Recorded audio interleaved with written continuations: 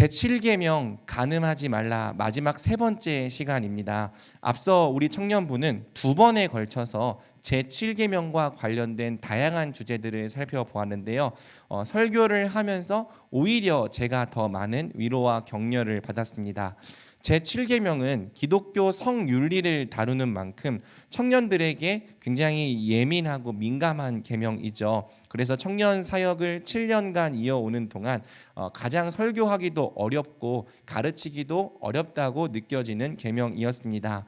하지만 우리 예수가족과 위드 청년부는 이토록 민감하고 예민한 주제도 정말 착하고 좋은 마음으로 또 순종하는 귀한 마음으로 잘 들어주었습니다. 뿐만 아니라 이런 주제로 설교를 하는 저를 오히려 더 많이 격려를 해주었습니다. 여러분과 같이 귀한 청년들과 함께 사역할 수 있는 것이 저의 특권이고 또 영광이라고 생각을 합니다. 제가 여러분과 함께 하면서 참 많은 기쁨을 누리고 있습니다. 이제 오늘 우리는 제7계명을 마무리하면서 우리 청년들의 삶 가운데 가장 실제적인 주제들을 살펴보려고 합니다. 한번 보여주겠어요? 이제 제7계명과 관련된 불편한 주제들을 다 다루긴 했는데 오늘 마지막으로 딱 하나 더 불신자와의 교제와 결혼 문제를 다뤄야 합니다. 사람에 따라서는 이 주제가 가장 불편할 수도 있죠.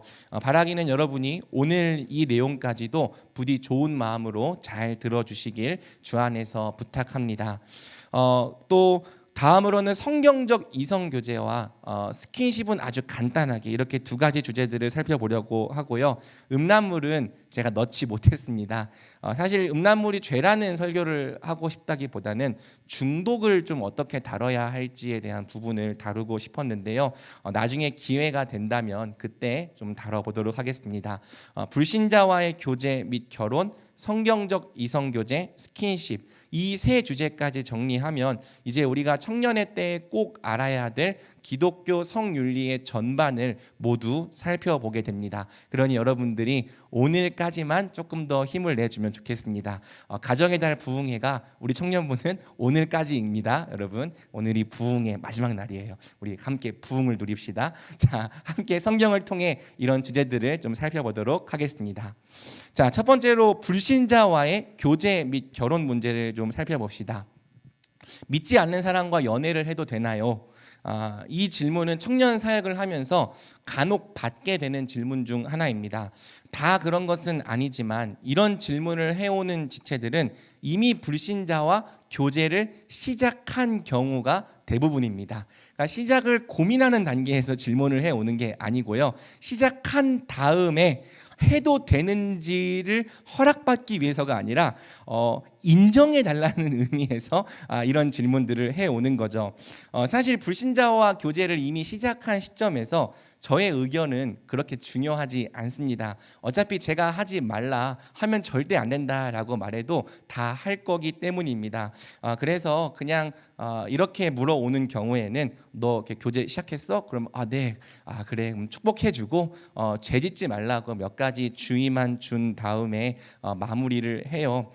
또 이렇게 하지 말라고 그러면 삐져가지고 다음부터 이제 인사도 안 하기 때문에 그냥 축복해주면서 이 후 관리를 해주는 게 좀 더 낫다고 생각이 되는 거죠. 신자가 불신자와 교제하거나 결혼하는 문제는 사실상 예방만이 가능한 문제입니다. 사람은 서로를 좋아하게 된 순간 더 이상 객관적이기가 어려운 거죠. 우리 오빠는 이렇게 멋지고 자상한데 또 우리 베이비는 이렇게 예쁘고 사랑스러운데 겨우 종교적인 이유로 사랑을 방해받다니 우리 그냥 사랑하게 해주세요 라고 그런 옛날 광고 있었나요? 뭐 이런 말을 외치면서 이 우리의 사랑을 방해하는 이 세상 골수 기독교인 부모님 또 불신자와 교제하는 거 죄라고 선포하는 이 나쁜 목사님 야속할 뿐인 거죠. 그래서 요즘에는 그냥 잘 이야기 안 하고 담당 목사님 모르게 심지어는 자기 부모님도 모르게 불신자와 교제를 합니다. 어차피 교제한다고 말해봐야 이 사람 저 사람한테 잔소리 들을 게 뻔하니까 먼저 선 교제를 조용히 하다가 결혼할 때쯤 후 커밍아웃을 하는 거죠. 문제는 아무리 신실한 부모님이라도 불신자와 결혼하려는 자기 자녀를 못 말린다는 겁니다. 사례들을 보면은 부모님이 이기는 경우가 거의 없어요. 다 자녀들이 이깁니다. 처음에는 완강한 말로 반대하다가도 나중이 되면 세례라도 받게 하고 결혼하면 안 되겠니? 라는 말로 타협을 보게 되는 거죠. 한편 이제 20대 초중반 세대에 이르러서는요, 불신자와의 교제를 숨기려는 태도 자체가 아예 없어졌습니다. 어차피 내 인생 내 거고 내가 좋아하는 사람 내가 만나겠다는데 남들이 무슨 상관이냐, 이런 이제 태도를 갖고 있는 거죠. 이제는 예수님을 믿는다 말하면서도 불신자와 당당하게 드러내놓고 교제하는 시대가 도래한 거예요. 물론 숨기는 것보다는 당당한 게 좀 더 나은 것 같다는 생각을 하기는 합니다.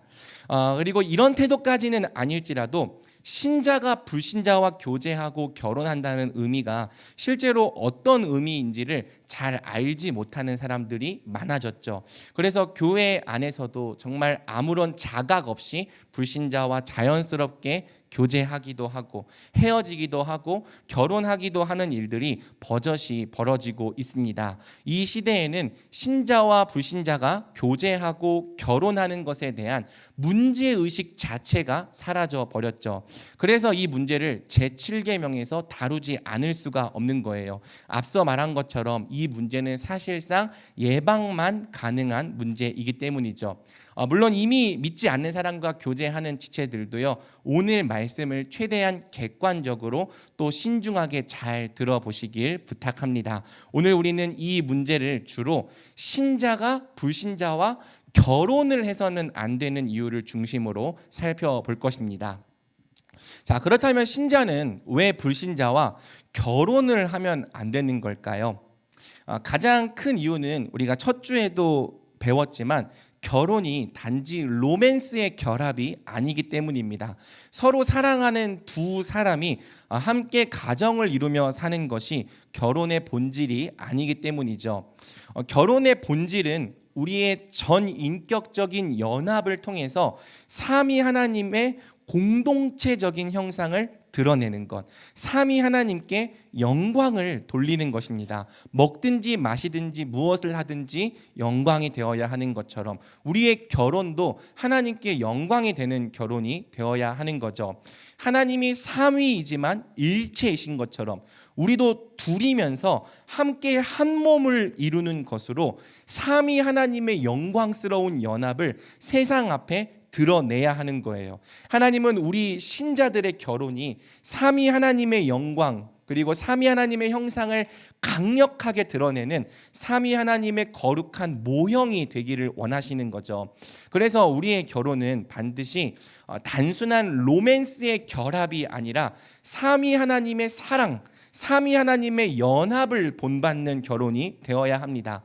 그렇게 할 때 우리는 삼위 하나님이 일체 안에서 누리시는 참된 기쁨과 사랑의 관계를 우리의 결혼 안에서도 맛보고 경험하게 되는 거예요. 또 우리가 삼위 하나님의 행복을 누리며 순결한 이 결혼의 연합을 잘 유지하면 우리의 자녀들 역시 이 부모의 결혼 관계를 통해 하나님의 형상을 보고 배우게 되는 거죠. 더 나아가 우리가 아름답고 순결한 가정으로 이 땅에 존재하면 세상이 우리 그리스도인들의 아름답고 순결한 가정을 흠모하게 되면서 그 비밀이 무엇인지를 묻게 되는 겁니다. 이처럼 하나님이 우리 신자들의 결혼 안에 두신 뜻과 유익은 말로 다할 수 없을 만큼 풍성합니다. 우리가 하나님의 뜻대로 결혼하고 하나님의 뜻대로 사랑하면 하나님도 영광을 받으시고 우리도 하나님을 닮은 최고의 행복을 누리게 되는 거죠. 그런데 만약 우리가 하나님의 이런 선하신 뜻을 무시하고 또 외면하고 불신자와 결혼하게 되면 어떻게 됩니까? 바로 하나님께서 의도하신 결혼의 근본적인 목적과 원리 자체가 성립되지 않습니다. 하나님의 영광을 위해 사는 신자와 자기 자신을 위해 사는 불신자가 결혼을 통해 삼위 하나님께 영광을 돌린다는 것, 결혼을 통해 삼위 하나님의 형상을 드러낸다는 것은 결코 불가능한 일입니다. 따라서 하나님의 뜻을 무시하고 불신자와 결혼할 경우 우리는 본래 하나님께서 결혼을 통해 주시려 했던 많은 복들을 우리 발로 걷어차게 되는 거죠. 먼저 구약 성경은요, 하나님 백성이 불신자와 결혼하는 것을 분명한 타락의 증거로 제시합니다. 하나님은 이스라엘이 가나안 땅에 들어가 거기 거주할 때에 그 땅의 주민들과 결혼하지 말라고 말씀하셨습니다. 출애굽기 34장 15절에서 16절입니다.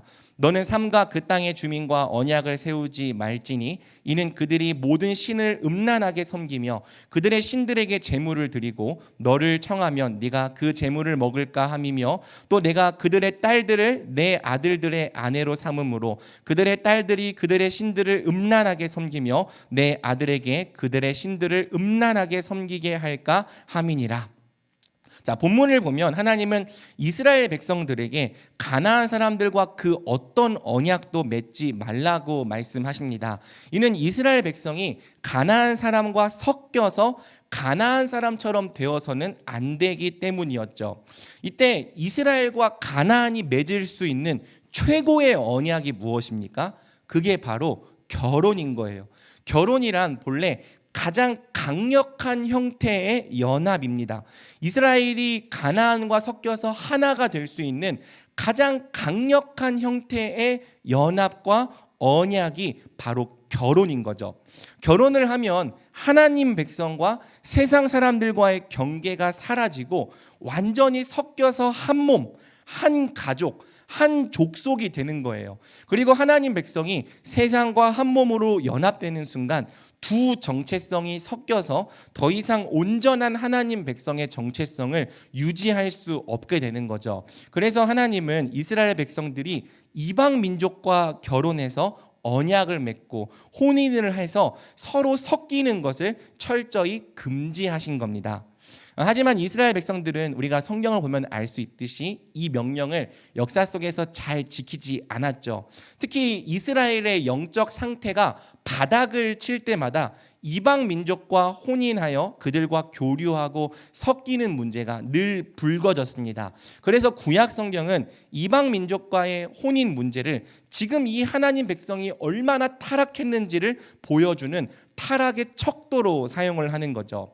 사사시대에 이르러 이스라엘 백성은 가나안 사람과 언약을 맺으며 혼인하기 시작했습니다. 그러자 하나님께서 말씀하시죠. 너희는 이 땅의 주민과 언약을 맺지 말며 그들의 제단들을 헐라하였거늘 너희가 내 목소리를 듣지 아니하였으니 어찌하여 그리하였느냐. 그러므로 내가 또 말하기를 내가 그들을 너희 앞에서 쫓아내지 아니하리니 그들이 너희 옆구리에 가시가 될 것이며 그들의 신들이 너희에게 올무가 되리라 하였느니라. 하나님의 말씀대로 가나안 사람과 언약을 맺고 혼인을 행한 것은 이스라엘 백성의 가시와 올무가 되었습니다. 사사시대의 이스라엘 백성은 가나안 사람과 섞일 대로 섞여서 하나님 백성의 정체성을 잃어버리고 기준을 완전히 상실한 삶을 살았죠. 특히 하나님 한 분만을 온전히 섬기지 못하고 끊임없이 우상의 늪으로 빠져들었던 거예요. 왜? 세상 사람들과 언약을 통해 연합되고 섞였기 때문이죠. 여러분, 지혜로운 왕 솔로몬이 타락한 것도 결국에는 이방 여인과의 혼인 문제 때문이었습니다. 솔로몬과 결혼한 수많은 이방 여인들이 결국에는 솔로몬의 마음을 돌려 하나님을 떠나게 만들었죠. 이 이방 민족과의 혼인 문제는 북이스라엘과 남유다가 멸망에 이르는 그 순간까지도 계속해서 하나님 백성의 꼬리표로 따라다녔습니다. 심지어 유다 백성들이 포로에서 돌아왔을 때도 이방 사람들과의 통혼이 계속해서 문제가 되었던 거예요. 그래서 느헤미야의 마지막 장을 보면 바로 느헤미야가 이 문제를 개혁하는 것을 우리가 확인할 수 있는 거죠. 느헤미야 13장 25절에서 27절입니다. 너희는 너희 딸들을 그들의 아들들에게 주지 말고 너희 아들들이나 너희를 위하여 그들의 딸을 데려오지 아니하겠다고 하나님을 가리켜 맹세하라 하고, 또 이르기를 옛적에 이스라엘 왕 솔로몬이 이 일로 범죄하지 아니하였느냐? 너희가 이방 여인을 아내로 맞아 이 모든 큰 악을 행하여 우리 하나님께 범죄하는 것을 우리가 어찌 용납하겠느냐? 말씀에서 보는 것처럼 하나님 백성이 불신자 이방 민족과 결혼해서 그들과 섞이고 연합되는 문제는 결코 작은 문제가 아닙니다. 이스라엘의 수많은 범죄와 이 타락이 사실상 이방 사람과의 혼인에서 나왔던 거예요. 역으로 하나님 백성이 이방 사람과 결혼하는 것 자체가 타락의 증거이기도 했던 거죠. 사랑하는 여러분, 오늘날에도 마찬가지입니다. 신자들이 불신자와 결혼해서 함께 섞이고 연합된다는 것은 우리 교회들이 타락했다는 아주 명백한 증거입니다. 본래 선택의 여지가 있음에도 불구하고 신자가 자발적으로 불신자와 결혼하는 것은 동서양 교회를 막론하고 모두 엄격한 권징의 대상이었습니다.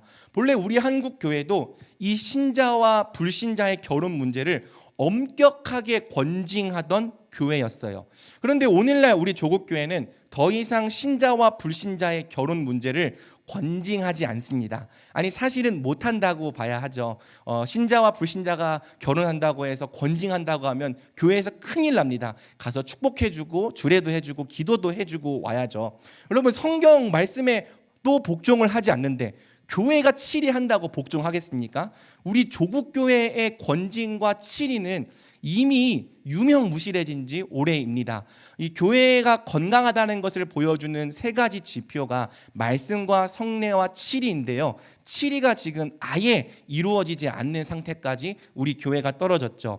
여러분, 자신을 신자라고 자칭하면서도 불신자와 교제하고 불신자와 결혼하는 청년들이 교회 안에서 계속 많아지고 있다고 합니다.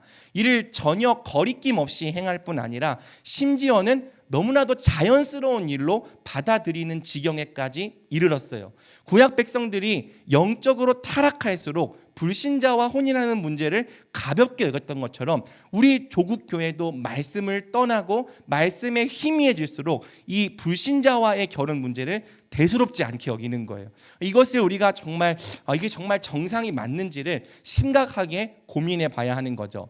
게다가 오늘날 많은 청년들이 불신자와 교제할 때 전혀 어려움도 없고 오히려 마음이 너무 잘 맞는다고 말합니다. 여러분, 그럴 수 있어요?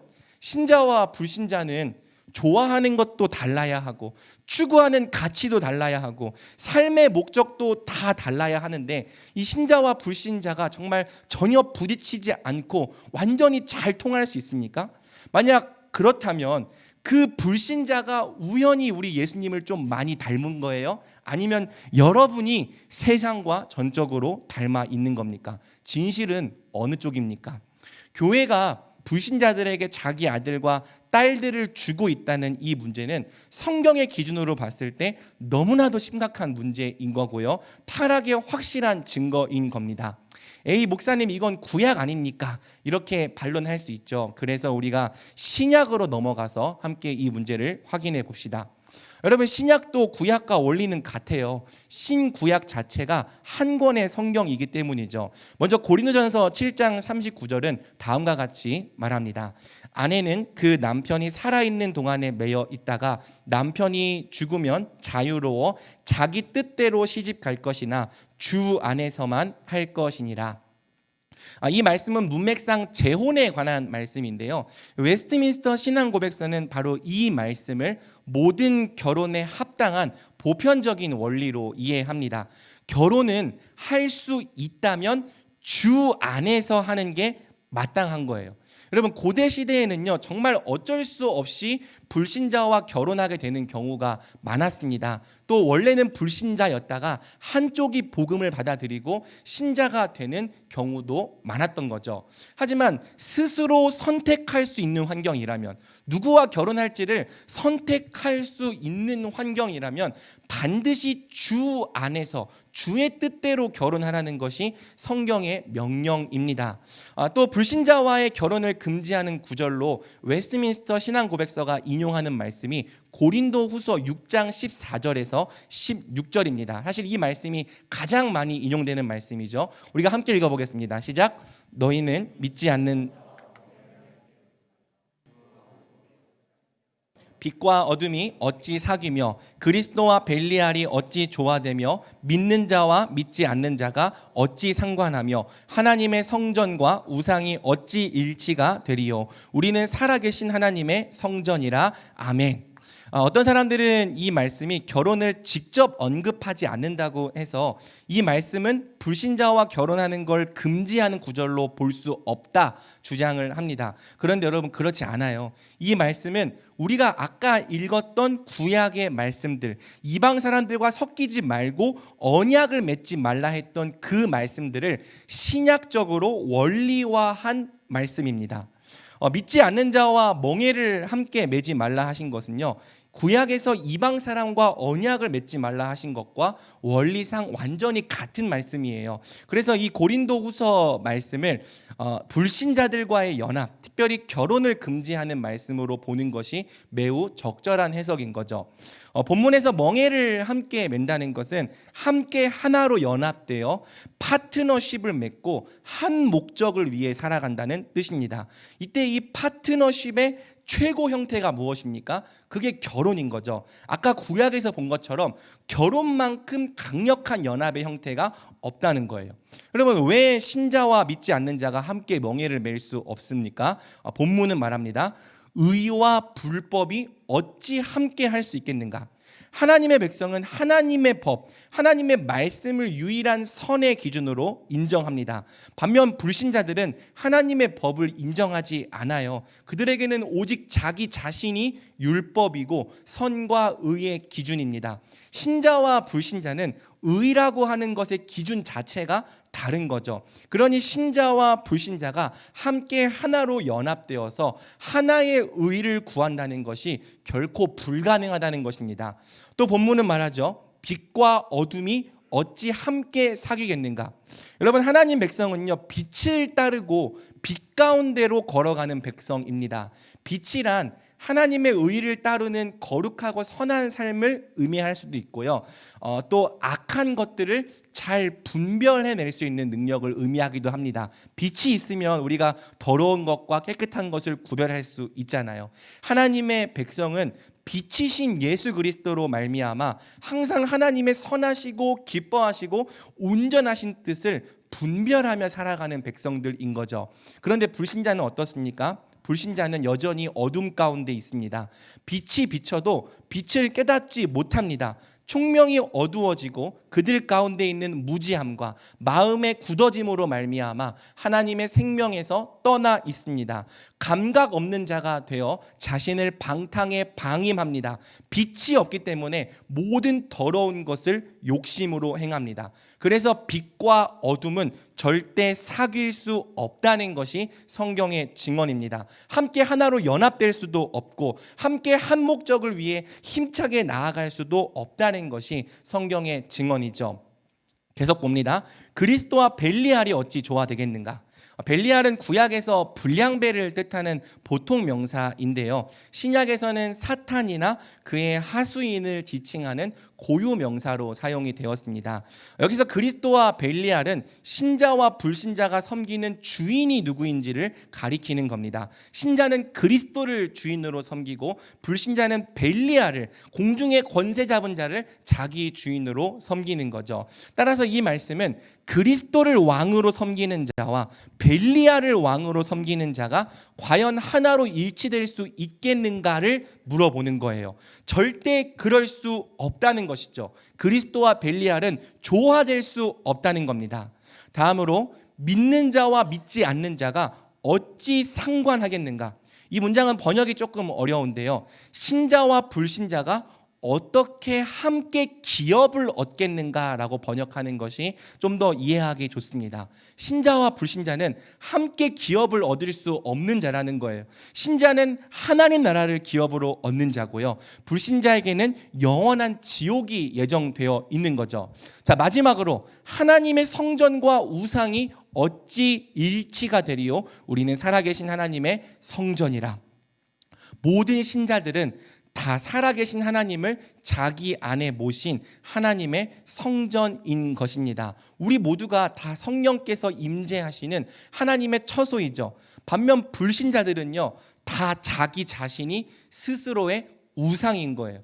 불신자의 가장 중요한 특징이 뭐냐면 자기를 숭배하는 거예요. 자기 자신을 인생의 목적으로 삼고 자기 자신을 신으로 섬기며 살아가는 사람들이 바로 하나님을 모르는 사람들인 거죠. 그래서 하나님이 거하시는 거룩한 성전과 자기 자신을 신으로 숭배하는 우상의 처소가 어떻게 일치될 수 있겠는가 성경이 물어보는 겁니다. 그러니 여러분, 이 말씀이 불신자와의 결혼을 금지하는 말씀이 아니라고 부정할 수 있겠습니까? 절대 그럴 수가 없는 거예요. 우리의 눈과 귀를 억지로 닫지 않고 양심을 따라 성경을 똑바로 읽는다면 이 말씀이 불신자와의 결혼을 금지하지 않는다, 부정할 수 없는 거죠. 신구약 성경은 아주 명백하게 불신자와의 결혼을 금지하고 있고 죄로 규정하고 있습니다.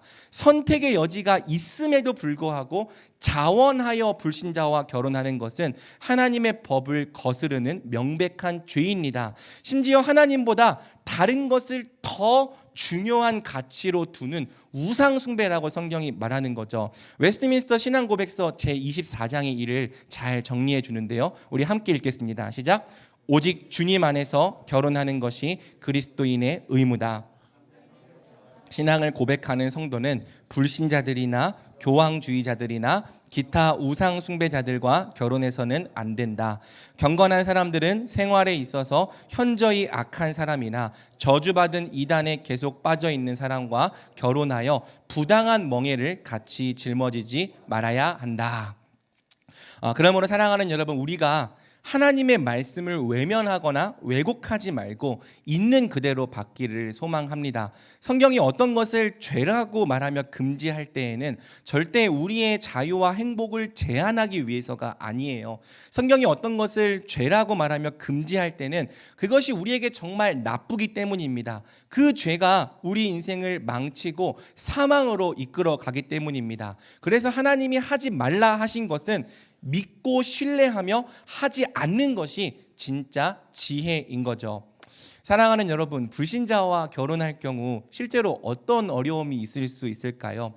첫 번째로는 불신자와 결혼할 경우 죄의 영향력이 가정 안에 들어오는 것을 막는 게 굉장히 어렵습니다.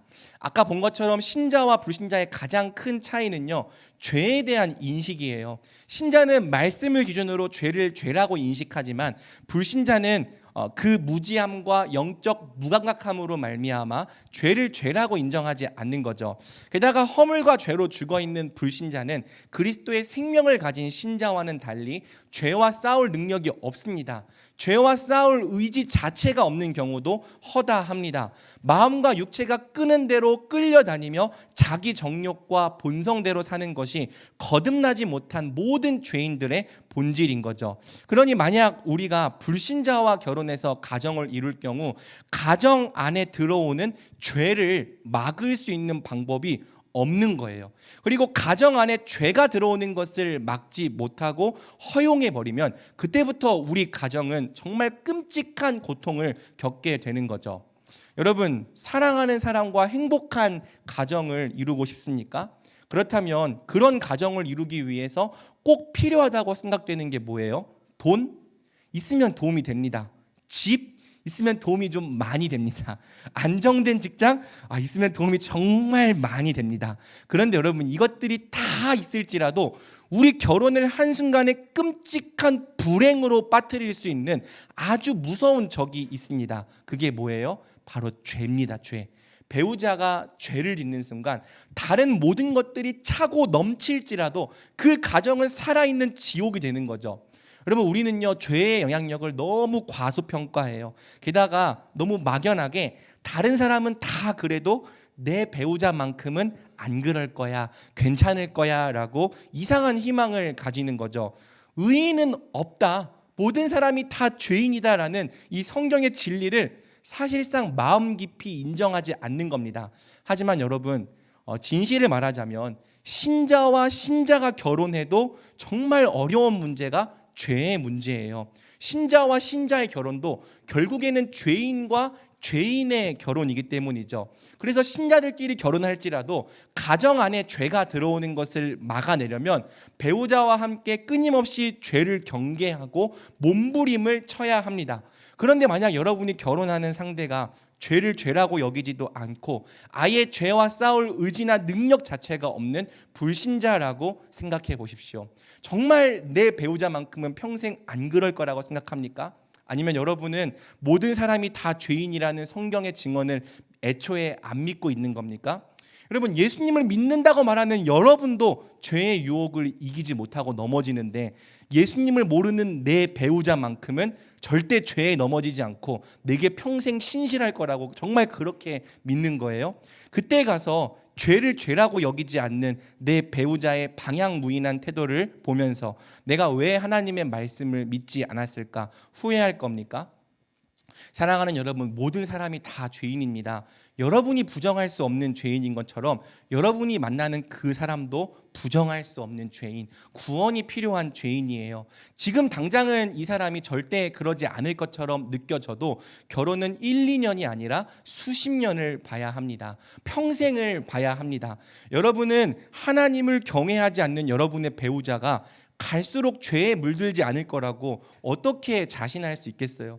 말씀의 지도를 받는 신자들도 넘어지는데 죄의 기준 자체가 없는 불신자와 가정을 이룰 경우 그 가정을 죄로부터 지켜내기가 너무너무 어려운 거죠.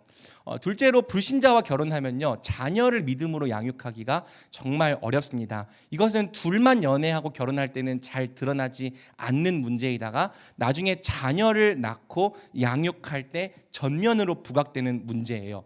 여러분, 하나님의 의도는 부모의 연합을 통해 자녀가 하나님을 배우는 겁니다. 전제가 있어요. 자녀가 부모님을 통해 하나님을 배우려면 부모님이 둘 다 믿는 신자여야 합니다. 성령 안에서 사랑으로 온전히 연합하며 함께 하나님의 영광을 위해 살려고 하는 그 부모의 존재가 자녀가 하나님을 배울 수 있는 최고의 교제인 거죠. 그런데 만약 여러분이 하나님을 믿지 않는 불신자와 가정을 이룬다면 배우자와의 연합을 통해 자녀들에게 하나님을 보여줄 수 있겠습니까? 또 여러분의 배우자가 평생 하나님께 돌이키지 않는다면 여러분 혼자서 여러분의 자녀를 믿음으로 잘 양육해낼 수 있겠습니까? 은혜가 있으면 가능합니다. 하지만 통상적으로는 부모가 둘 다 믿는 사람이어도 자녀를 믿음으로 양육하는 일이 절대 쉽지가 않습니다. 그러면 지금 저희 가정도 자녀들에게 신앙을 교육하기 위해 최선을 다하고 있어요. 저희 가정은 월요일 저녁마다 가정 예배를 드리는데 율동도 가르치고 찬양도 가르치고 성경 한 장씩 읽히면서 또 제가 아이들을 위해서 유치부 설교하듯이 설교하기도 합니다. 저 혼자서도 할 수 없고요. 아내 혼자서도 할 수 없는 게 자녀 신앙 교육입니다. 부부가 함께 노력해야 겨우 다음 세대에게 믿음을 전수해 줄 수 있는 거죠. 그런데 내 배우자에게 믿음이 없다면, 그래서 여러분은 혼자 자녀를 믿음으로 양육해야 한다면 그것이 얼마나 어렵고 힘든 길이겠습니까? 심지어 여러분의 자녀가 여러분의 노력을 그냥 받고 예수님 믿으면 좋은데 여러분의 노력을 배반하고 믿지 않는 배우자의 불신을 본받아 버린다면 여러분 그때 가서는 정말 어떻게 하겠습니까? 평생 가정 안에서 혼자 외롭게 신앙생활 하겠습니까? 그때 가서 누굴 원망할 거예요? 순전히 여러분의 선택 아니었습니까? 셋째, 불신자와 결혼할 경우 온전히 주님을 위해 살기가 어렵습니다. 여러분, 본래 하나님의 의도는요, 부부가 서로 사랑하며 함께 사는 그 정도가 아니라 하나님 나라와 하나님의 의를 위해 함께 전심전력하는 거예요. 창세기 2장을 보면 결혼의 목적이 함께 하나님 나라를 만들어 나가는 사명임을 우리가 알 수 있는 거죠. 사명의 성취를 서로 돕는다는 의미에서 성경은 배우자를 돕는 배필이라고 부르는 겁니다. 그런데 아까 본 것처럼 신자와 불신자는 그 주인도 다르고 추구하는 가치도 다르고 인생의 목적도 다릅니다. 그리스도를 주인으로 섬기는 신자와 벨리알을 주인으로 섬기는 불신자가 함께 하나님 나라를 위해 한마음 한뜻으로 살 수 없는 거죠. 하나님 나라가 인생의 목적인 사람과 이 땅이 인생의 목적인 사람이 함께 한 골을 향해 힘있게 달릴 수가 없는 겁니다. 마치 2인 삼각 경기에서 호흡이 맞지 않는 선수와 팀을 이루면 어떻게 됩니까? 앞으로 나아가려 할 때마다 계속 서로가 서로의 걸림이 되어서 넘어지게 되는 거죠. 여러분, 지금은요 문제가 되지 않을 것처럼 보여요. 신앙을 제외한 다른 모든 면에서는 다 맞는 것처럼 보입니다. 함께 이 사람과 한 목적을 위해 살 수 있을 것처럼 느껴져요. 하지만 여러분의 믿음이 정말 진짜라면 앞으로 10년 뒤에 20년 뒤에 여러분의 믿음이 지금 이 수준이 아닐 겁니다. 여러분의 믿음이 자라날 거예요. 지금보다 하나님을 더 사랑하게 될 수 있고요. 지금보다 하나님을 위해 더 힘있게 살고 싶어질 수 있습니다. 그런데 그때 가서 여러분이 하나님을 위해 힘있게 살고 싶어도 여러분의 배우자가 믿지 않는다면 모든 부분에서 다 발목을 잡히게 되는 거죠. 재정을 사용하는 면에 있어서도 발목 잡힐 거고요. 시간을 사용하는 면에 있어서도 계속 부딪힐 것입니다. 신앙생활의 기본인 11조조차 제대로 할 수 없을 겁니다. 왜? 삶의 목적과 방향과 가치가 완전히 다르기 때문입니다. 함께 하나님 나라를 위해 힘있게 살아도 모자랄 판에 매번 발목을 잡히는 거죠. 아니면 반대로도 가능하죠. 여러분이 배우자를 본받아서 믿음을 잃어버리고 하나님을 위해 살려는 인생의 목적 자체를 상실하게 될 수도 있는 거예요. 사랑하는 여러분, 이 문제를 그때 가서 후회하는 것은 정말 어리석은 일입니다. 여러분이 이미 오늘 이 시간에 경고를 받았기 때문입니다. 믿는 부부가 함께 연합해서 하나님을 위해 더욱 힘있게 사는 모습을 그때 가서 부러워할 겁니까? 지금 내 남편과 내 아내는 교회도 잘 안 나가려 하는 모습을 보면서, 또 교회에 나가도, 우리 교회는 그런지 모르겠는데 어떤 교회는 남편들이 다 주차장에서 차 안에 있대요. 그래서 이제 담배를 피고 있고 아내만 이렇게 예배를 드리고 오는, 그냥 그런 모습 볼 거예요? 아니면 예배당 들어가도 늘 이렇게 조는 그런 모습을 보면서 언제 믿음 주실지 늘 가슴을 칠 겁니까? 여러분, 정말 그런 일들이, 제가 일어나지도 않을 일들을 가지고 여러분들을 위협한다고 생각하면 안 됩니다. 여러분, 교회 안에 지금 이런 문제로 매일 눈물을 쏟으면서 기도하시는 분들이 계세요. 제가 일어나지도 않을 일들을 가지고 협박하는 게 아닙니다. 매일 외롭고 비통한 심정으로 하나님께 간구하는 분들이 계십니다. 제 지인 중에도 그런 사람들이 있고요. 심지어는 친척 중에도 이 문제를 늘 끌어안고 계시는 분들이 계세요. 여러분, 우리가 그런 분들을 정죄해서는 안 되지만, 또 정죄해서는 안 되죠. 또 긍휼히 여기며 함께 기도해야 합니다. 하지만 이 산 증인들을 직접 눈으로 보면서도 나와 내 배우자만큼은 절대 그렇지 않으리라 생각한다면, 그래서 하나님의 말씀이 아니라 지금 한순간의 감정을 따라 똑같은 길을 선택한다면 그것만큼 어리석은 일이 없는 거죠. 사랑하는 여러분, 제발 어리석은 자가 되지 말고 지혜로운 자가 되십시오. 말씀이 이미 모든 것을 다 말해주고 있습니다. 우리가 해야 할 일은 오직 아멘하며 순종하는 일일 뿐입니다. 어떤 사람들은 한편 이렇게 말하기도 해요. 불신자와 결혼한 다음 전도하면 되지 않느냐. 일단 전도해서 믿게 하면 되지 않느냐. 실제로 우리 주변을 보면 믿지 않는 사람과 결혼했음에도 불구하고 믿지 않았던 배우자가 예수님을 영접하게 된 사례가 꽤 많습니다. 심지어 나중된 자가 먼저 된다고 나중에 믿었는데도 더 뜨겁게 믿는 분들도 계시죠. 전에 제가 사역하던 교회의 한 선생님도 그런 케이스였어요. 하지만 여러분, 그건요 절대 당연한 것이 아닙니다. 그건 하나님이 우리의 연약함과 불순종에도 불구하고 긍휼히 여겨주신 은혜예요. 하나님이 값없이 주신 은혜를 결과론적으로 접근해서 마치 당연히 가능한 일인 것처럼 생각하는 것은 굉장히 어리석은 일이죠. 성경은 이런 생각이 하나님 앞에서 큰 교만이라고 말합니다. 우리 고린도전서 7장 17절, 이 말씀 한 구절로 다 설명이 되죠. 함께 읽어보겠습니다. 시작. 아내된 자여, 네가 남편을 구원할는지, 네가 내 아내를 구원할는지 어찌 알 수 있으리요. 여러분 이 말씀 보고 결혼해서 전도하겠다라는 말은 앞으로 하지 마시길 바랍니다.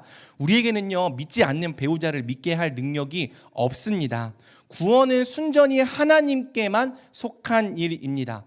지금은 안 믿어도 언젠가 믿게 하면 된다는 생각은 우리가 어떤 존재인지를 잘 모르는 너무나도 교만한 생각입니다.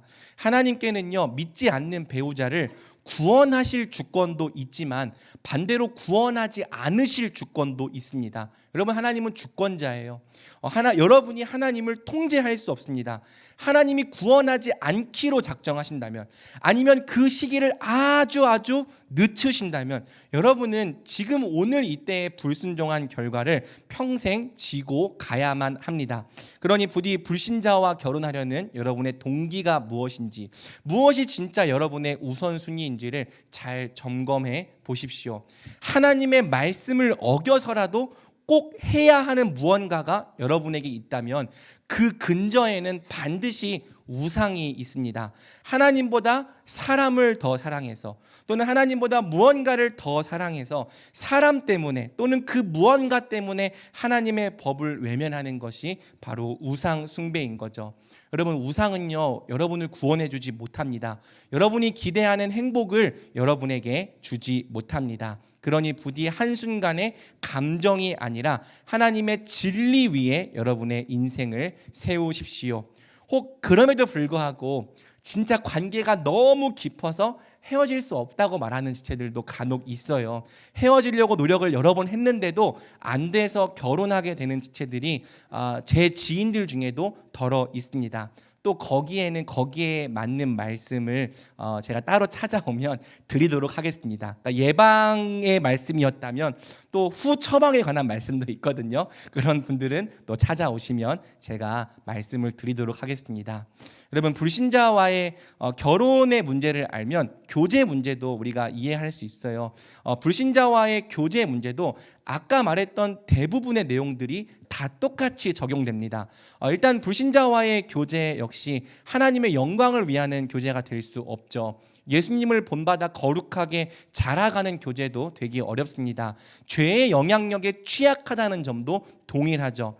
특히 결혼과 성의 세속적 관점을 가진 불신자와 교제할 경우 혼전 순결을 절대 지킬 수 없습니다.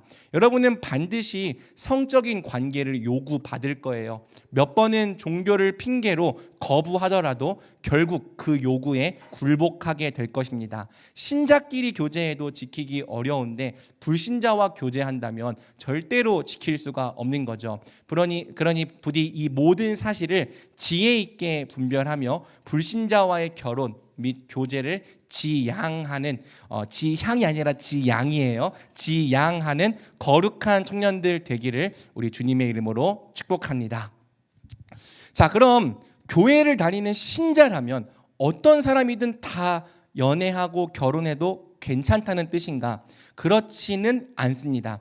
우리는 반드시 성령으로 거듭난 참된 신자와 결혼을 해야 합니다. 그럼 여러분 내가 만나는 이 사람이 거듭난 참 신자임을 어떻게 알 수 있습니까? 바로 이 질문에 대한 대답이 오늘 다룰 두 번째 주제, 성경적 이성교제 안에 들어있는 거죠. 사실 이 주제가 여러분과 꼭 함께 다루고 싶었던 주제입니다. 청년의 때에 여러분이 해야 할 가장 중요한 일 중에 하나는 바로 평생의 배우자를 선택하는 일이기 때문이죠. 여러분은 대체 뭘 기준으로 여러분의 배우자를 선택할 것입니까? 이미 결혼하신 분들은 뭘 보고 선택했습니까? 예뻐서 결혼했다고 해줘야 돼요, 형제들은. 자, 아무튼 뭘 기준으로 여러분 선택할 겁니까? 외모, 성격, 연봉, 신앙, 아니면 본능적으로 느껴졌어. 죄송합니다.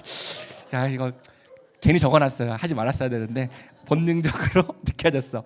여러분 다양한 견해가 있는데 대체로 우리 선배들은 성격과 신앙 이 둘 중에 어느 것이 더 우선인지를 논쟁해 왔습니다. 이 양쪽의 주장이 다 팽팽해요. 일단 신앙파는요, 결혼에 있어서 신앙보다 더 중요한 것이 없다는 이 정석적인 주장을 펼칩니다. 한번 신앙파 손 들어보라면 안 될 거죠. 신앙파. 자, 성격파는요, 사람이 잘 바뀌지 않는다는 점에 주목하며 이제 신앙보다는 성격이 결혼에 있어서 더 중요하다고 말합니다. 그럼 어때요? 여러분 신앙파입니까? 아니면 성격파입니까? 혹시 제3의 파, 연봉파나 본능파가 있는 건 아니시죠? 요즘에는요, 믿는다고 말하는 사람들도 성품이 바뀌는 모습이 거의 없다 보니까 성격파가 조금 더 우세한 것 같긴 합니다. 한번 말씀을 다 들은 다음에 이 질문의 답을 여러분이 고민해 보면 좋겠어요. 여러분, 성경적 이성 교제라 할 때 이것은 어떤 한 형태의 교제만이 유일하게 올바르다는 뜻이 아닙니다. 사람의 개성이 다양한 만큼, 또 나라와 문화가 다양한 만큼 당연히 이성 교제에도 다양한 모양과 다양한 형태가 있죠. 모든 사람에게 다 똑같이 적용될 수 있는 유일한 형태는 있을 수 없습니다. 그리고 사실 성경적 이성 교제라는 것은요, 엄밀히 말하면 없는 말이에요. 이 성경적 이성 교제의 원리는 성경 본문에서 직접 근거하기가 어렵고요, 성경적 결혼에서 원리를 유추해내야 합니다. 왜? 성경이 기록된 시대에는 연애라는 개념 자체가 없었기 때문이죠.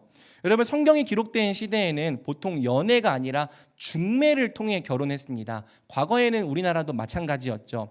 우리가 연애를 통해 이성과 자유롭게 교제하고 결혼할 상대를 선택할 수 있게 된 것은 동서양을 통틀어 그렇게 오래된 역사가 아닙니다. 우리는 정말 좋은 시대에 엄청난 특권을 갖고 태어난 거예요.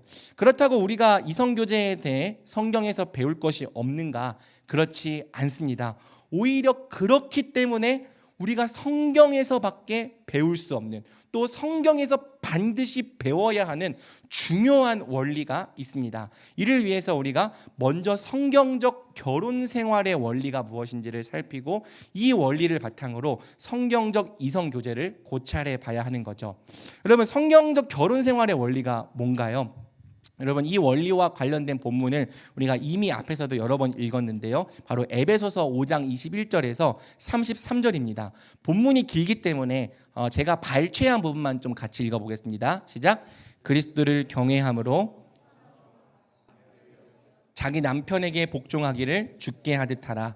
이는 남편이 아내의 머리됨이 그리스도께서 교회의 머리됨과 같음이니 그가 바로 몸의 구주시니라. 남편들아, 아내 사랑하기를 그리스도께서 교회를 사랑하시고 그 교회를 위하여 자신을 주심같이 하라. 자기 아내를 사랑하는 자는 자기를 사랑하는 것이라. 아멘. 지난주에 김덕일 박사님도 이 본문을 중심으로 강의를 해주셨는데요, 핵심은 21절입니다. 그리스도를 경외함으로 피차 복종해라. 성경적 결혼 관계는 하나님을 경외함으로 만들어지는 건강한 삼각 관계입니다. 남편도 하나님을 경외함으로 아내에게 복종해야 하고, 아내도 하나님을 경외함으로 남편에게 복종해야 합니다. 성경적 결혼 관계란 부부가 함께 하나님을 경외하는 가운데 만들어지는 상호 복종 관계라 할 수 있죠. 물론 그 복종의 형태는 조금 달라요. 아내는 교회가 그리스도께 하듯 남편에게 복종해야 합니다. 이는 아내가 남편을 자신의 머리로 인정하며 그 권위에 순복해야 한다는 뜻입니다. 반면 남편은 그리스도가 교회를 사랑하셔서 교회를 위해 자기를 주심같이 아내에게 자신을 주어야 합니다. 아내를 자기 자신과 같이 사랑해야 합니다. 이것이 창조 질서, 특히 예수님과 교회의 관계를 드러내는 성경적 결혼이라고 성경이 말하는 거죠. 아니, 요즘 같은 시대에 아내가 남편에게 복종해야 한다는 건 너무 구시대적인 사고 아닙니까? 여러분, 핵심은 아내만 남편에게 복종하는 것이 아니라 남편도 아내에게 복종해야 한다는 거예요. 사실은 남편과 아내 모두 서로에게 복종하는 것을 통해 누구에게 복종하는 겁니까? 하나님께 복종하는 거죠. 여러분, 성경이 말하는 결혼의 본질은 하나님 앞에서 하나님과 맺는 언약입니다. 신자가 결혼해서 가정을 이룰 때는 당사자들끼리만 계약을 맺는 것이 아니라 하나님과도 함께 언약을 맺는 거예요. 세상 사람들은 결혼을 계약이라고 이해한다면 우리는 하나님과 더불어 맺는 언약이라고 이해하는 거죠. 하나님 앞에서 하나님을 경외함으로 평생 배우자에게만 충성하고 배우자에 대한 사랑의 의무를 다하기로 언약을 맺는 것이 우리 기독교의 결혼입니다. 그래서 신자는요, 평생 하나님과 맺은 하나님과의 언약에 신실해야 하는 거예요. 단지 배우자가 사랑스러울 때만 사랑하는 것이 아니라 하나님과 맺은 언약 때문에 언제나 자기 배우자를 신실하게 사랑해야 하는 거죠. 신자가 배우자를 사랑해야 할 의무는 배우자의 외모나 건강이나 상황이나 성격 등에 근거하지 않고요, 오직 하나님과 맺은 언약에 근거하는 겁니다. 그래서 신자는 정말 배우자가 음행한 연고가 아니라면 어떤 경우에도 하나님과 맺은 언약에 충실해야 하는 거죠. 배우자가 사랑스럽게 느껴질 때도 사랑하지만 사랑스럽지 않게 느껴질 때도 사랑해야 하는 거예요. 정말 이 세계 전쟁을 치르고 나서 배우자가 미워졌을 때도 감정과 관계없이 사랑의 의무를 다해야 하는 거예요. 이때 여러분, 배우자를 사랑하기 어려운 경우에도 사랑의 의무를 다하기 위해서는 감정에 의해 좌우되는 사랑이 아니라 언약에 근거하여 자기를 부인하는 의지적인 사랑이 필요한 거죠. 여러분, 여기서 성경적 결혼 생활의 핵심이 드러납니다. 여러분, 성경적 결혼 생활의 핵심이 뭐예요? 바로 언약에 근거하여 자기를 부인하는 의지적인 사랑입니다. 우리는 이러한 사랑을 신실한 언약적 사랑, 헤세드라고 부르는 거죠. 헤세드는 하나님 사랑 아닙니까? 맞죠, 여러분. 전에 우리가 룻기에서 배웠듯이 헤세드는 본래 하나님의 신실한 언약적 사랑이에요. 사랑의 근거가 사랑의 대상에게 있지 않고 그 대상을 사랑하기로 결정하신 하나님 자신의 언약에 있는 사랑. 사랑의 근거가 하나님의 언약에 있기 때문에 그 언약에 근거하여 우리를 끝까지 신실하게 사랑하는 사랑, 우리는 이런 종류의 사랑을 헤세드, 신실한 언약적 사랑이라고 부릅니다. 우리의 결혼이 삼위 하나님의 형상을 본받는 결혼이라면 우리의 사랑도 하나님의 사랑을 본받는 사랑이어야 하는 거죠. 그리고 우리가 본받아야 할 삼위 하나님의 사랑이 바로 헤세드, 신실한 언약적 사랑이라는 겁니다. 하나님께서 우리를 감정이 아니라 언약에 의해 사랑하시듯 우리도 우리 배우자를 감정이 아니라 언약적인 사랑, 언약에 근거하여 자기를 부인하는 의지적인 사랑으로 사랑해야 하는 거죠. 바로 이 지점이 오늘날 세상이 말하는 부분과 완전히 차별되는 거예요. 사랑하는 여러분, 오늘날의 연애는요, 주로 로맨스 중심의 연애죠. 이러한 풍조 가운데 사랑은 주로 감정에 속한 것으로 여겨집니다. 그래서 어떤 사람과 연애를 시작할 때 여러분이 가장 중요하게 여기는 부분이 뭐예요? 바로 그 사람을 볼 때 내 안에 감정의 파문이 일었냐는 거죠. 또 여러분, 연애를 시작한 뒤에도 지금 우리가 연애를 잘하고 있는지를 평가하는 그 평가 기준이 뭡니까? 첫 만남 때 느꼈던 감정이 지금도 잘 유지되고 있냐입니다. 사랑을 감정으로 정의해야 하니까 감정이 이 연애의 평가 기준이 되는 거죠. 그래서 여러분, 많은 연인들이 권태기에 이르렀을 때 어떤 이유로 가장 많이 싸워요? 상대방의 감정이 예전 같지 않다는 거예요. 당신 변했어. 그렇죠? 그리고 많은 연인들이 결국 어떤 이유로 헤어집니까? 이제 너에게 어떤 감정도 느껴지지 않아. 여러분, 이처럼 우리가요, 마치 감정이 사랑의 동의어인 것처럼 여겨지는 시대를 살아가고 있습니다. 수많은 미디어가 감정 중심의 사랑을 일종의 환상과 판타지로 만들어 놓았어요. 그런 감정적인 사랑이 영원할 수 있을 것처럼 말하고 있고요. 감정이 마치 사랑의 본질이자 전부인 것처럼 속여 놓은 거죠. 그래서 여러분, 감정이 잘 느껴지지 않아도 의지적으로 뭔가를 행하는 사랑은요, 억지스러운 사랑이다. 그런 사랑은 더 이상 사랑이 아니다 라고 말하는 시대에 우리가 살아가고 있는 거예요. 그래서 여러분, 우리의 연애, 이 시대의 연애가 대부분 감정에 의해 좌우가 됩니다. 감정이 타오를 때는 마치 모든 것을 다 줄 수 있을 것처럼 행동하다가도요, 감정이 식어가면 네가 변한 것 같아, 옛날에는 안 그랬는데 왜 그래, 막 이렇게 흔들리기 시작해요. 그러다 감정이 느껴지지 않게 되면 이제 사랑도 끝났구나, 그러면서 사랑을 끝내버려요. 감정 중심적인 로맨스가 이 시대 연애의 대부분을 차지하고 있습니다. 그러니까 기준이 이렇다 보니까 이제 사람들이 사실 연애가 별로 행복하지 않죠. 얼마나 많이 싸웁니까? 그러니까 연애 중에 가장 행복한 순간은 감정이 제일 짜릿하게 느껴지는 어디 때? 초기나 아니면 아예 썸 탈 때라고 얘기를 하는 거예요. 요즘 따라 네가 네 거인 듯 내 거 아닌, 내 거 같은, 뭐 잘 모르겠는, 그렇게 느껴지는 때가 제일 좋다, 이렇게 얘기를 하는 거죠. 이런 이유에서 세상의 연애가 마치 복사 붙여넣기를 한 것처럼 비슷한 패턴으로 시작되고 비슷한 패턴으로 끝이 나요. 감정이 통하면 시작됐다가 감정이 사라질수록 흔들렸다가 감정이 끝나면 끝나고, 다시 감정 때문에 연애를 시작했다가 감정이 흔들리면 흔들렸다가 감정이 끝나면 끝나고. 요즘에는 결혼 생활도 이렇게 해버리는, 그래서 이렇게 결혼한 지 1년, 2년밖에 안 됐는데 이혼하는 이런 사례도 일어나고 있죠. 여러분이 성경적인 사랑이 이것과 다릅니까? 네, 여러분, 다릅니다. 성경도요, 감정을 소중하게 여겨요. 사랑은 본질상 전인격적이기 때문에 당연히 감정도 사랑에 포함됩니다. 하지만 성경은 감정이 곧 사랑이라고 말하지 않는 거죠. 또 우리의 사랑이 감정에 의해 주도될 수밖에 없다고 말하지 않는 겁니다. 성경은 도리어 우리의 감정이 자기를 부인하는 의지적인 사랑에 뒤따른다고 말하는 거예요. 감정이 있어야 사랑인 게 아니라 자기를 부인하는 의지적인 사랑에 감정도 뒤따라온다고 말하는 겁니다. 여러분, 한번 잘 생각해 보면 좋겠습니다. 성경이 기록된 시대에는 아까 말한 것처럼 연애가 없었어요. 연애의 감정으로 결혼하는 사람이 없었습니다. 그들 중 대부분은 아무 감정이 없는 사람, 심지어 얼굴도 한 번 본 적 없었던 사람이랑 결혼했어요. 여러분, 오늘날의 관점에서 볼 때 이런 결혼은 굉장히 끔찍한 결혼이죠. 여러분, 고대 시대처럼 그렇게 결혼하고 싶어요? 얼굴도 모르고 말도 못해먹고 그냥 아무 감정이 느껴지지 않는 낯선 사람과 결혼하고 싶습니까? 우리가 볼 때는요, 이 감정이 없는 낯선 사람과 억지로 결혼해서 평생 함께 산다는 것이 엄청나게 끔찍하고 불행해 보이는 거죠. 그런데 여러분, 성경은요, 그 어디에도 하나님 백성의 결혼이 감정이 없어서 불행했다 말하지 않습니다. 감정이 없어서 사랑도 없었다고 말하지 않습니다. 왜?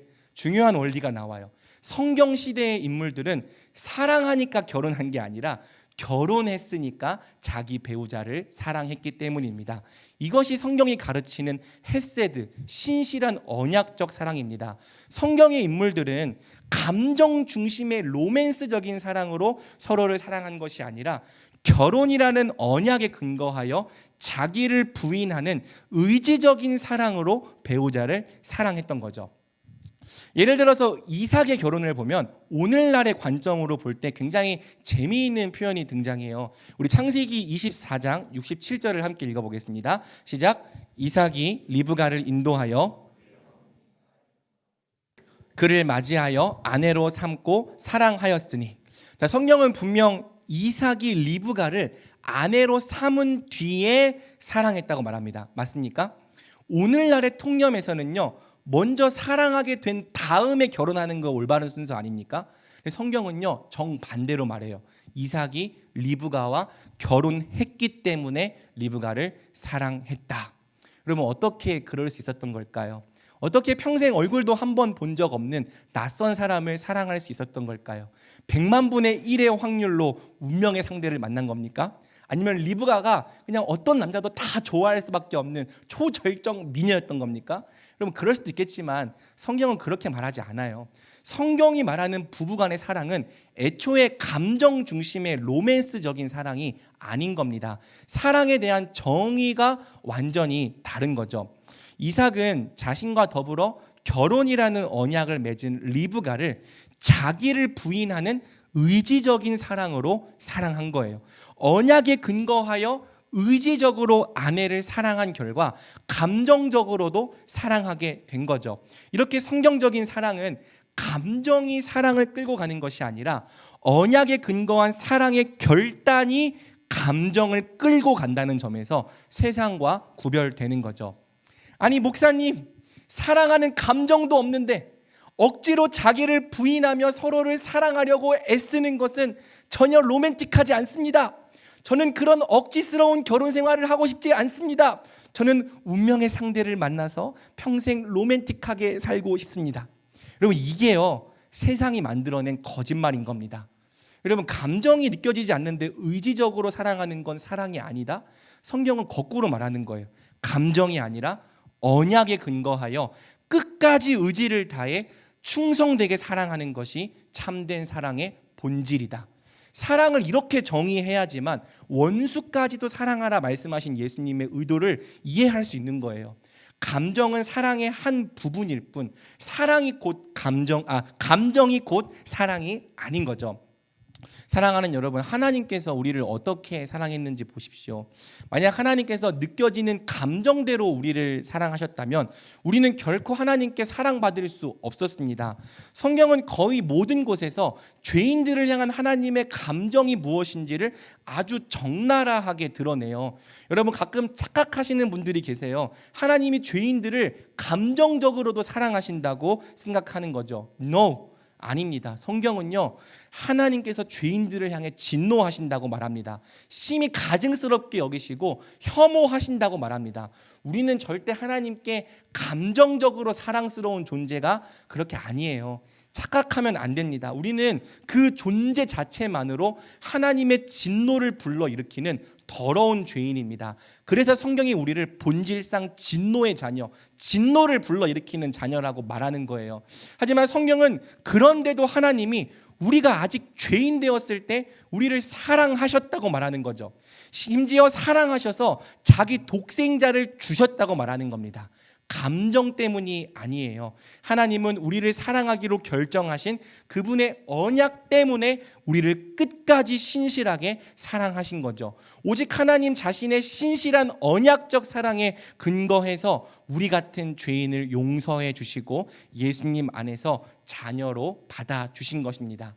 하나님은 하나님께서 우리를 이렇게 사랑하셨기 때문에 우리도 하나님처럼 신실한 언약적 사랑으로 서로를 사랑하기 원하시는 거죠. 요한일서 4장 11절, 사랑하는 자들아 하나님이 이같이 우리를 사랑하셨은즉 우리도 서로 사랑하는 것이 마땅하도다. 특히 하나님은 하나님의 형상을 가장 닮은 이 결혼 관계 안에서 우리가 우리 배우자를 신실한 언약적 사랑으로 사랑하기를 원하시는 겁니다. 그래서 우리가 하나님 앞에서 결혼이라는 언약을 맺은 순간 평생 이 언약에 근거해서 자기 배우자를 신실하게 사랑해야 하는 거죠.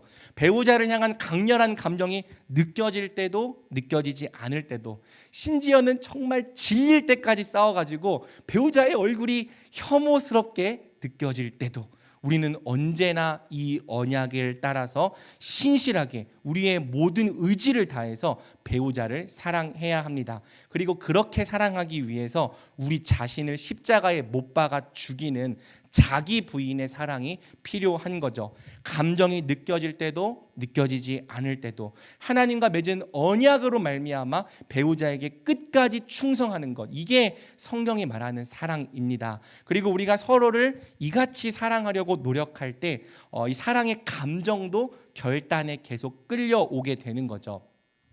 사랑하는 여러분, 결국 연애 초반에 느껴지는 사랑의 감정은 첫 주에도 이야기했지만 대부분 호르몬에 의한 거예요.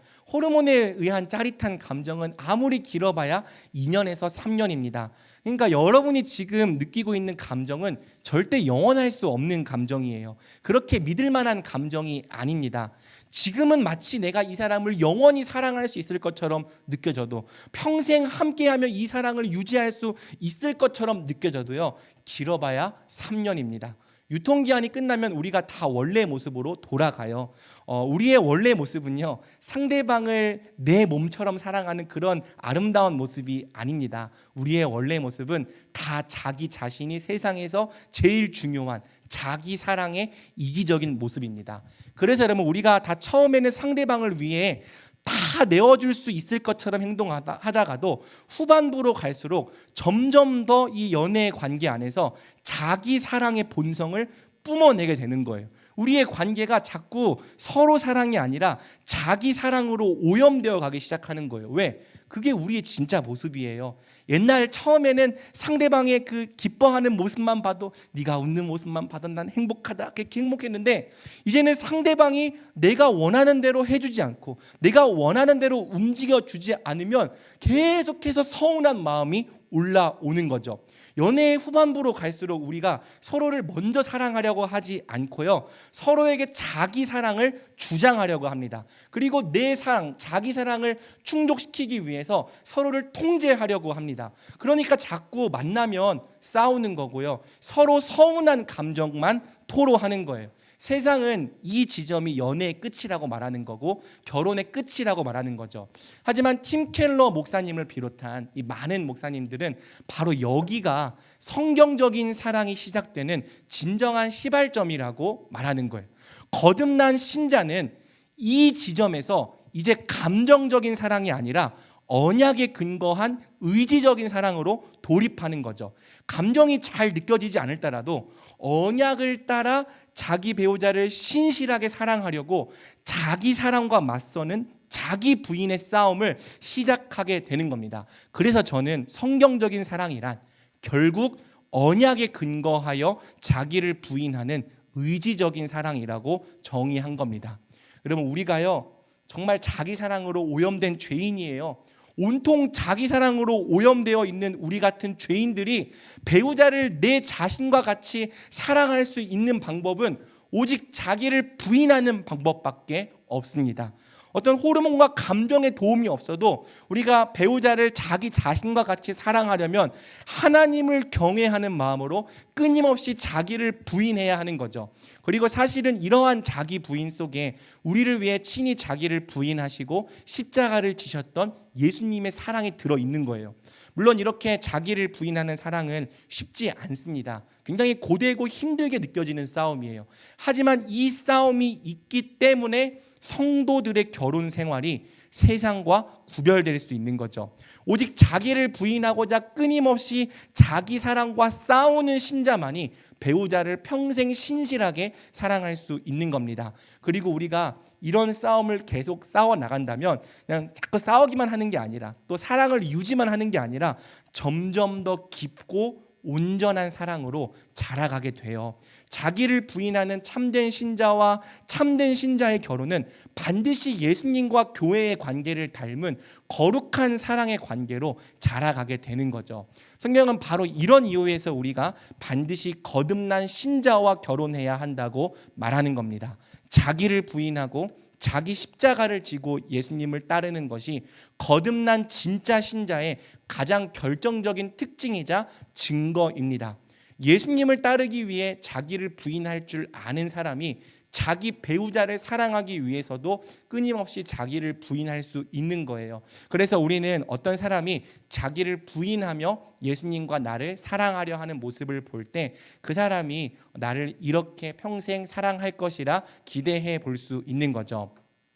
그래서 여러분, 우리가 이제 이러한 성경적 결혼 생활의 원리를 통해서 우리의 연애 역시 어떠해야 할지 유추할 수 있습니다. 성경적인 연애는 뭐예요? 결국 성경적인 사랑, 신실한 언약적 사랑을 실천하고 연습해보는 연애입니다. 우리의 연애는 자기를 부인하는 의지적인 사랑을 실천하고 연습해보는 연애가 되어야 하는 거죠. 그러니 여러분, 이제 연애를 하면서 너무 감정이 있냐 없냐 거기에 연연해 하기보다는 먼저 자기를 부인하는 사랑을 연습하고 실천해 보기를 바랍니다.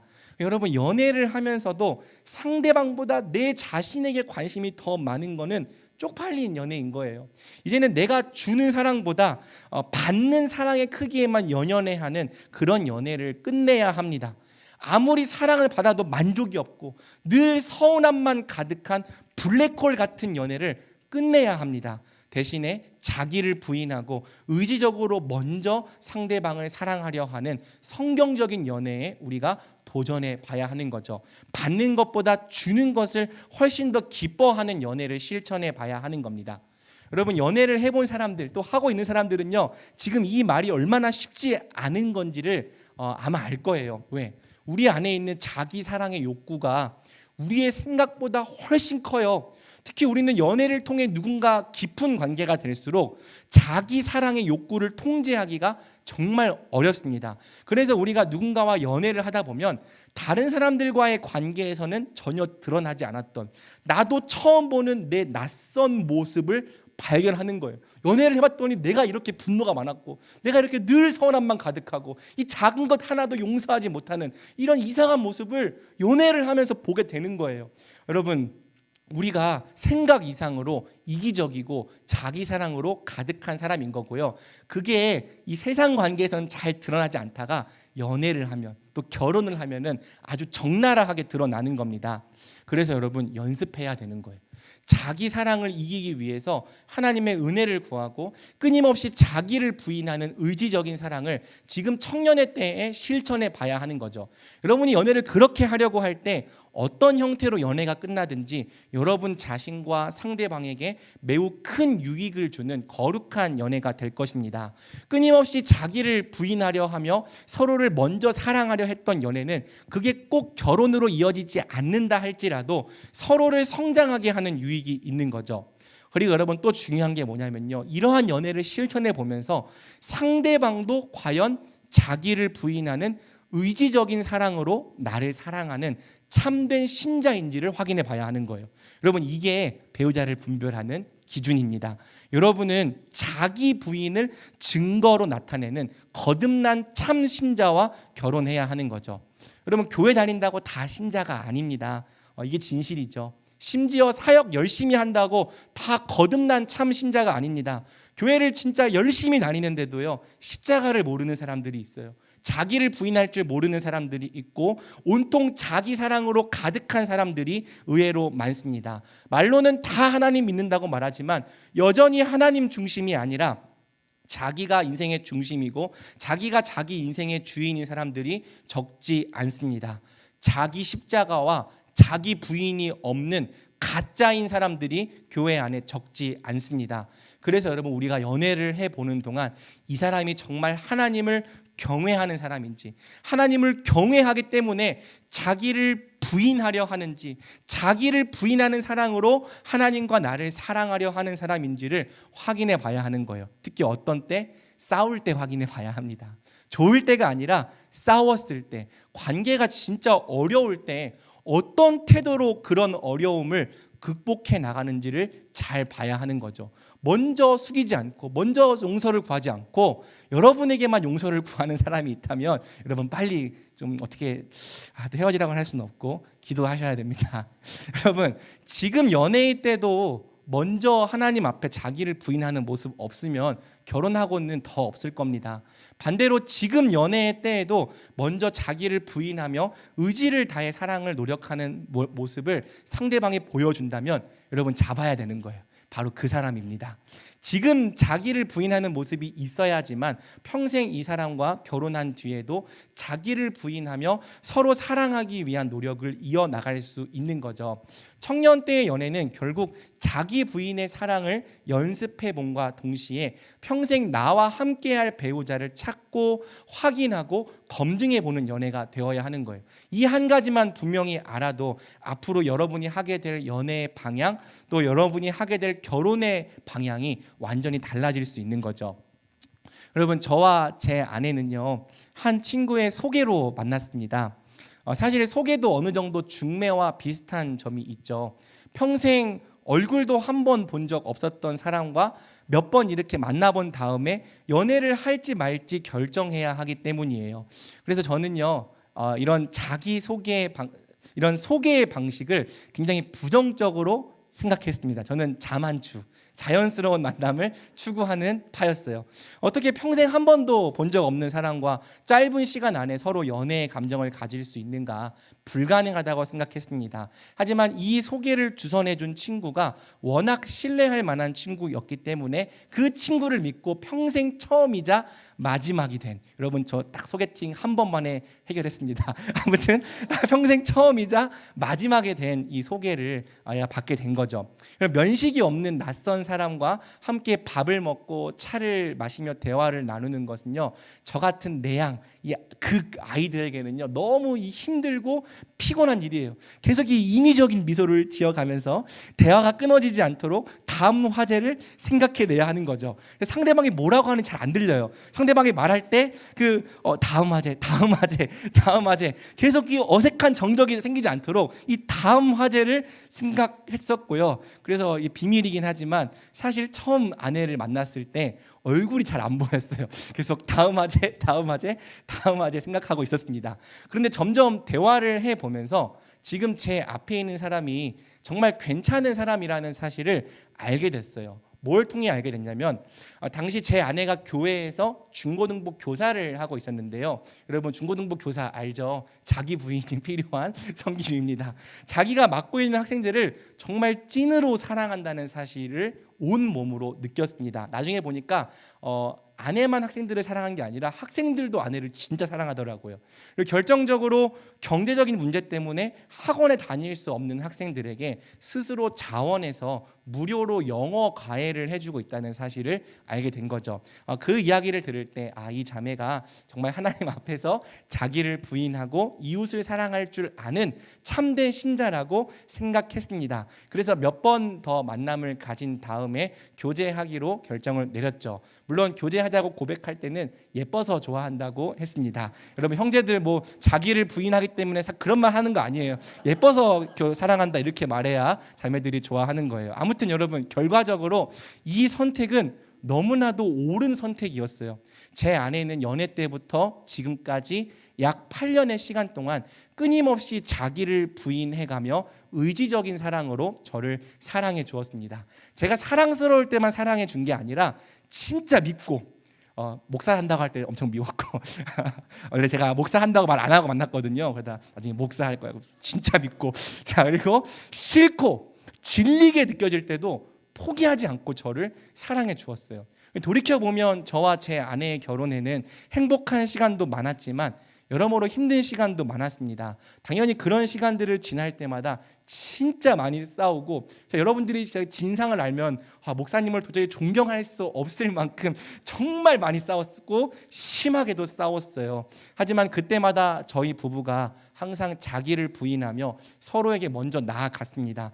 정말 엄청 크게 싸운 다음에도 하나님 앞에서 함께 회개하고 서로 잘못을 인정하며 용서를 구하는 시간을 가졌습니다. 같이 부둥켜 안고 기도하기도 했고요. 같이 부둥켜 안고 하나님의 은혜를 간구하기도 했습니다. 우리 부부의 관계 안에 하나님이 계시게 하기 위해서 정말 많이 노력했어요. 여러분 알죠? 싸울 때는 하나님이고 뭐고 없어요. 근데 그 싸울 때에도 하나님이 이 부부 안에 관계 안에 있게 하기 위해서 노력을 진짜 많이 했던 거죠. 여러분 자기를 부인하는 사랑은 뭔가 세상이 주장하는 것처럼 억지스럽고 로맨틱하지 않을 것처럼 생각됩니까? 여러분 그렇지 않아요. 반대입니다. 그렇게 크게 싸우고 난 뒤에 그래서 정말 저라는 사람이 싫어졌을 법한데도 다시 저를 사랑하기로 결단하고 먼저 화해를 청하며 용서를 구해오는 제 아내의 모습은 정말 눈부시게 아름다웠습니다. 세상 누구보다 사랑스럽습니다. 그런 모습을 볼 때 저는 아내가 저를 그냥 사랑하는 것이 아니라 정말 크게 사랑하는구나 느끼는 거죠.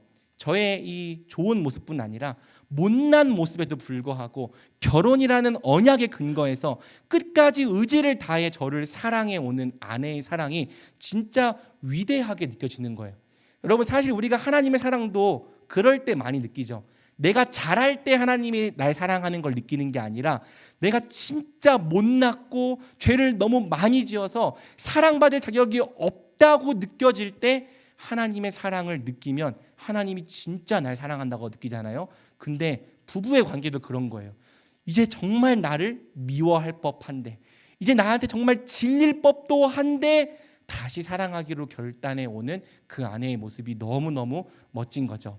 여러분, 아내가 저를 그렇게 사랑해 오는데 어떻게 제가 똑같이 사랑으로 반응하지 않을 수 있겠습니까? 저희 부부는 바로 이런 모습으로 끊임없이 자기를 부인하며 약 8년의 시간 동안 항상 서로 사랑하기로 결정해 온 거죠. 그리고 8년의 시간이 지난 지금 저는 제 아내를 처음 만났을 때보다 훨씬 더 많이 사랑합니다.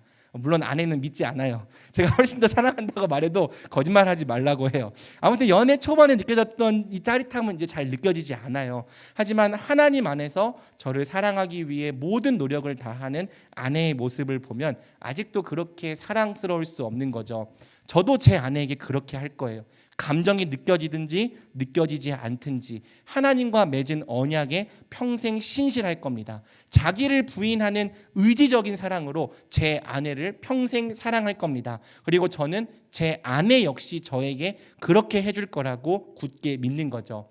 저희 부부의 소원은 70이 넘는 노인이 돼서도 이 여러 존경하는 선배들의 모습처럼 이 인고 부부로 남아 있는 거예요. 여전히 서로를 진실하게 사랑하는 부부가 되어 있는 거죠. 저는 제가 믿는 하나님의 진리가 우리 부부를 그러한 성숙함까지 이끌어 줄 것이라 굳게 믿고 있습니다. 사랑하는 여러분, 세상의 거짓말이 아니라 성경의 진리를 믿으십시오. 이 세상에서 가장 아름다운 사랑은 감정에 좌우되는 사랑이 아니라 하나님을 닮은 신실한 언약적 사랑, 자기를 부인하는 의지적인 사랑입니다.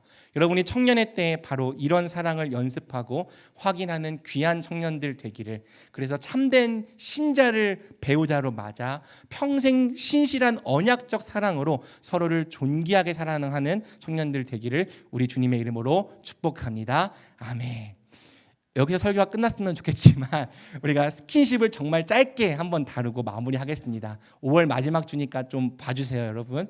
자, 일단 스킨십 자체는요 매우 당연하고 자연스럽고 건강한 행위입니다. 우리의 사랑이 전인격적이라면 그 안에는 당연히 몸의 사랑도 포함되는 거죠. 우리는 서로를 마음으로 사랑할 뿐 아니라 당연히 몸으로도 사랑하고 싶은 거예요. 사랑하는 사람에게 스킨십의 욕구를 갖는 건 자연스럽습니다. 하지만 동시에 우리는 스킨십에 다음과 같은 세 가지 특징이 있음을 알고 항상 겸손해야 합니다. 첫째, 스킨십은 항상 마지막을 향해 가요. 스킨십의 최종적인 종착지는 결국 성적인 관계를 갖는 겁니다. 둘째, 스킨십은 절대 후퇴하지 않아요. 일단 스킨십이 한 단계라도 전진한 뒤에는 절대 그 전으로 물릴 수 없습니다. 셋째, 우리에게는 스킨십을 온전히 통제할 능력이 없어요. 스킨십을 내가 통제할 수 있다고 생각하는 것은 굉장히 큰 교만입니다. 그래서 여러분, 연애할 때 스킨십은 진짜 지혜롭게 행해야 합니다. 스킨십은요 다 들어본 말이겠지만 진행 속도를 늦추는 것이 가장 좋아요. 자신의 연약함을 항상 겸손하게 인정하고 서로 대화를 많이 하는 가운데 스킨십의 진행 속도를 최대한 늦춰야 합니다. 그리고 제한을 받을 수밖에 없는 외부의 환경도 잘 이용해야 해요. 연애를 하다 보면 알죠. 자꾸 인적이 드문 곳으로 사랑하는 연인의 손을 잡고 가고 싶은데 여러분, 외부의 통제가 없으면 아무것도 브레이크가 되지 않습니다. 될 수 있으면 빛이 있는 곳, 사람들의 왕래가 있는 곳에서 시간을 보내십시오. 함께 1박 2일, 2박 3일 숙박 여행을 떠나는 것은 금지입니다. 여러분, 그런 여행을 간다는 건 그냥 아무것도 안 지키겠다는 뜻이죠. 좀 참았다가 결혼한 다음에 많이 가세요. 또 제일 중요한 것은 스킨십 말고는 할 일이 별로 없는 빈약한 연애를 지향하고 인격적인 교통이 풍성한 연애를 만들어 나가는 겁니다. 여러분, 오늘날 이 우리 세대가 특징이 있는데요. 본능에는 충실하고 인격적인 관계는 굉장히 빈약해요. 오늘날의 많은 연애가 자꾸 성적인 부분으로 치중되는 이유는 사실 인격적인 교통이 약하기 때문입니다. 스킨십을 안 하면 할 말도 별로 없고 할 일도 별로 없는 거예요. 그러니까 자꾸 어색하니까 이 연애의 초점이 인격적인 인격적인 교통보다는 성적인 교통에 치중되는 거죠.